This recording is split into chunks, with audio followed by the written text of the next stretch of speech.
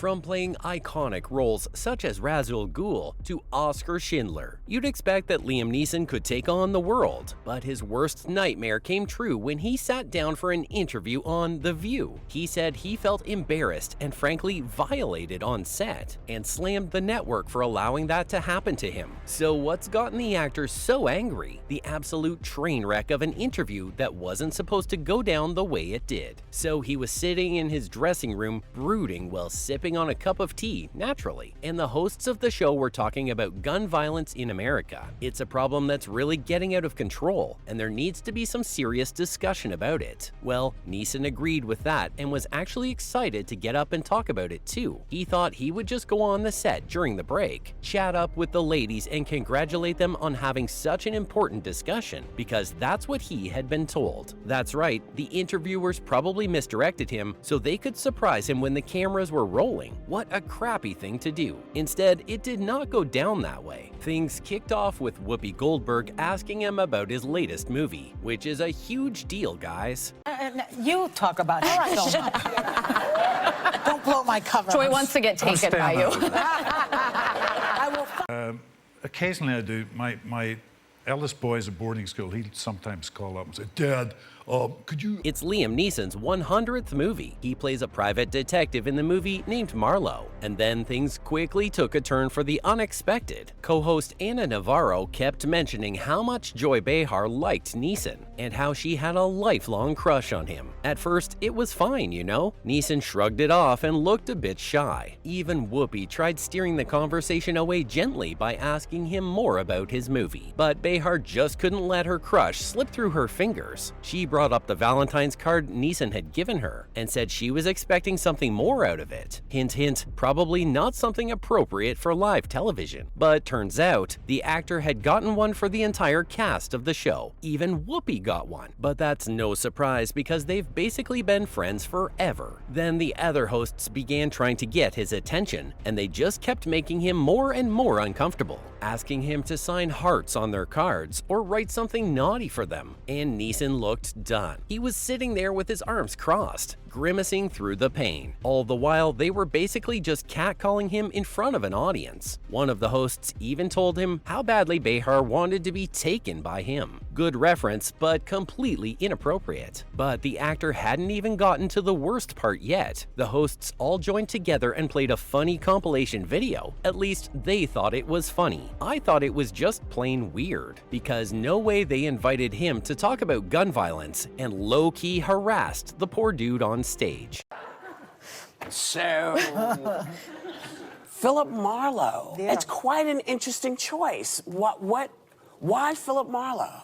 I got you. The video was a compilation of all the times Joy Behar had said the words Liam Neeson, and it was a lot. The line that made the actor the angriest was when they aired her saying she wanted to have her ashes sprinkled onto him, and how aroused she got because of the kidnapping movies he acts in. Like, why would you ever show that willingly to the world? But it turns out that even Behar didn't know this part was coming, because she looked just as embarrassed as Neeson. When the video finished, she was literally speechless, and the entire time he was sitting there, arms crossed and the fakest smile on his face. I could tell he was looking around for the opportunity to bolt out of that room as fast as he could, but he just smiled awkwardly and played it off with a casual joke, asking her if she ever got her checks for publicizing him that much. Later, he came into an interview with Rolling Stone and he just let loose. He said that he's known Whoopi for many years, so he's quite frank with her, but he barely knew Joy and had only talked to her a few times. So having that segment wasn't funny to him. He even said that he just gets uncomfortable in those kind of situations. Being sexualized that much, completely unscripted, in front of a live audience too, would make anyone uncomfortable. Even the king of cool, Liam Neeson. Later, he said he prefers to keep things professional no matter where he goes. He said that he's part of the entertainment industry and he always treated it like a business, because that's what it is. Is he blushing? So, Joy, you received the checks. I know.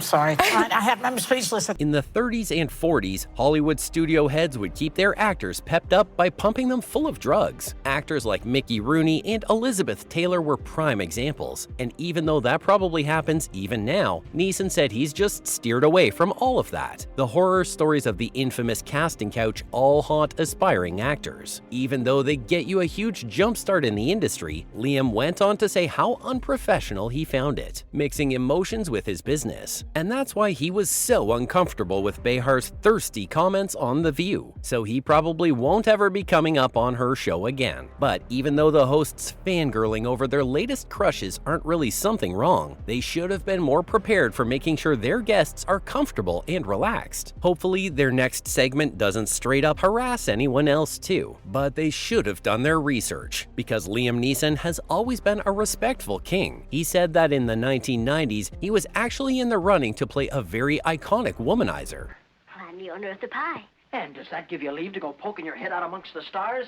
Believing you could take the richest, grandest prize a horse ever won?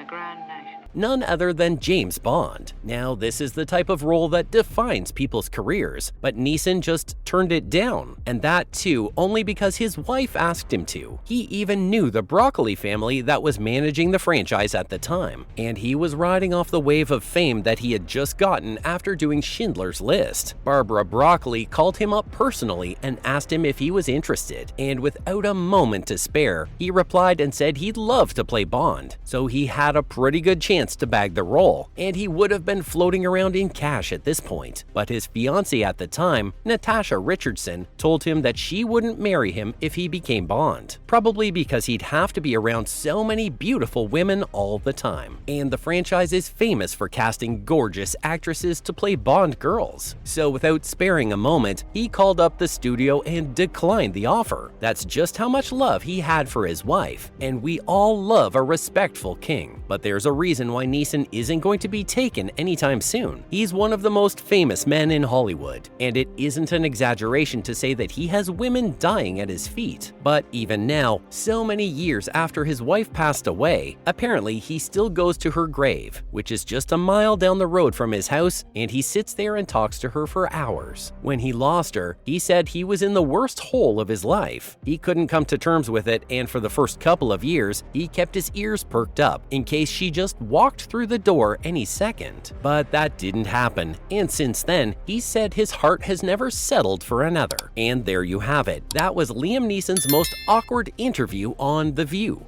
Hi, I'm Liam Neeson, and I'm going undercover in the Internet Bond. I was, many years ago, about 25 years ago, I was considered, along with a lot of other actors. So yes, I was considered for 10 minutes, I think. I don't know who you are, but if you don't let my daughter go now, I will find you. I will kill you. Please leave a message.